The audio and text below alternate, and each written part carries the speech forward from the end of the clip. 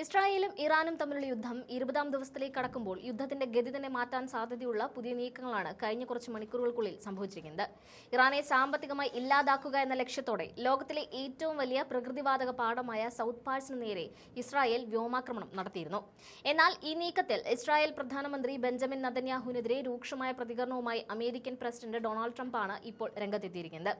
ഇറാന്റെ തീരപ്രദേശമായ ബുഷറിന് സമീപം കടലിലാണ് south parse വാതകപാടം സ്ഥിതി ചെയ്യുന്നത്. ഈ വാതകപാടം നശിപ്പിക്കുക എന്ന ലക്ഷ്യത്തോടെയാണ് ഇസ്രായേലിന്റെ ഭാഗത്തു നിന്നും ഇക്കഴിഞ്ഞ ദിവസം ആക്രമണമുണ്ടായത്.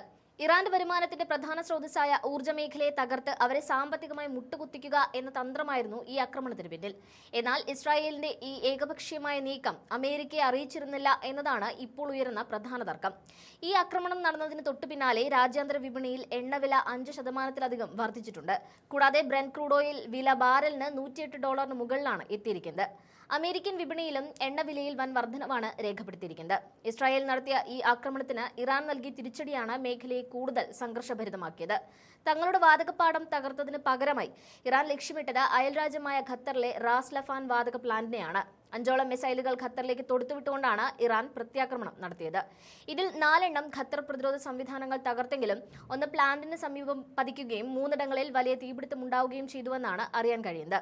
ഖത്തർ എനർജി പുറത്തുവിട്ട വിവരങ്ങൾ പ്രകാരം ഇവരുടെ ലിക്വിഫൈഡ് നാച്ചുറൽ ഗ്യാസ് പ്ലാന്റുകൾക്ക് ഈ ആക്രമണത്തിൽ നാശനഷ്ടങ്ങൾ സംഭവിച്ചിട്ടുണ്ട്.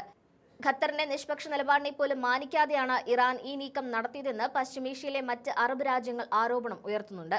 ഈ സംഭവ വികാസങ്ങളിൽ പ്രകോപിതനായാണ് ഡൊണാൾഡ് ട്രംപ് തന്റെ സോഷ്യൽ മീഡിയ പ്ലാറ്റ്ഫോമായ ട്രൂത്ത് സോഷ്യലിലൂടെ പ്രതികരിച്ചത്. ബെഞ്ചമിൻ നെതന്യാഹുവിനെതിരെ ട്രംപ് പരസ്യമായി അതൃപ്തി രേഖപ്പെടുത്തി. ഇസ്രായേൽ തങ്ങളെ അറിയിക്കാതെയാണ് ഇറാന്റെ എനർജി ഫീൽഡുകൾ ആക്രമിച്ചതെന്നും ഇത് അംഗീകരിക്കാനാവില്ലെന്നും ട്രംപ് വ്യക്തമാക്കി. ഇസ്രായേൽ ദേഷ്യം കൊണ്ട് എടുത്തു ചാടി ചെയ്തൊരു പ്രവൃത്തിയാണ് സൗത്ത് പാഴ്സിലെ ആക്രമണം എന്നാണ് ട്രംപ് വിശേഷിപ്പിച്ചത്. അമേരിക്കയ്ക്ക് ഈ ആക്രമണത്തെക്കുറിച്ച് യാതൊരു അറിവും ഉണ്ടായിരുന്നില്ലെന്ന് ട്രംപ് ആവർത്തിച്ചു പറഞ്ഞു. ഇനിമേൽ ഇറാന്റെ സൗത്ത് പാഴ്സ് വാതകപ്പാടത്തിന് നേരെ ഇസ്രായേലിന്റെ ഭാഗത്ത് നിന്ന് യാതൊരു ആക്രമണവും ഉണ്ടാകില്ലെന്ന് താൻ ഉറപ്പ് നൽകുന്നതായും ട്രംപ് പ്രഖ്യാപിച്ചു. ഇസ്രായേലിന്റെ ഏകപക്ഷീയമായ നീക്കങ്ങൾ പശ്ചിമേഷ്യയിൽ അമേരിക്കയുടെ താൽപര്യങ്ങളെ ബാധിക്കുമെന്ന ബോധ്യത്തിലാണ് ട്രംപ് ഇത്തരമൊരു നിലപാട് സ്വീകരിച്ചതെന്നാണ് കരുതപ്പെടുന്നത്.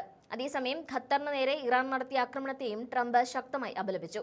ഖത്തറിന് ഇസ്രായേൽ നടത്തിയ നീക്കത്തിൽ യാതൊരു പങ്കുമില്ലെന്നും വസ്തുതകൾ മനസ്സിലാക്കാതെ ഇറാൻ നടത്തിയ ഈ തിരിച്ചടി അന്യായമാണെന്നും ട്രംപ് പറഞ്ഞു.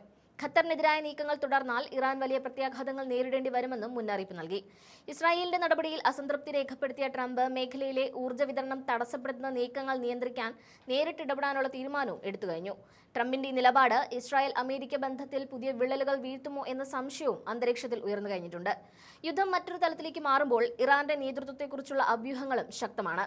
ഫെബ്രുവരി 28-ന് അയത്തുള്ള അലി ഖമനേയി കൊല്ലപ്പെട്ട ആക്രമണത്തിൽ അദ്ദേഹത്തിന്റെ മകനും പിൻഗാമിയുമായ മുജ്തബ ഖമനേയിക്ക് ഗുരുതരമായി പരിക്കേറ്റതായും അദ്ദേഹം കോമയിലാണെന്നും അമേരിക്ക അവകാശപ്പെടുന്നുണ്ട്.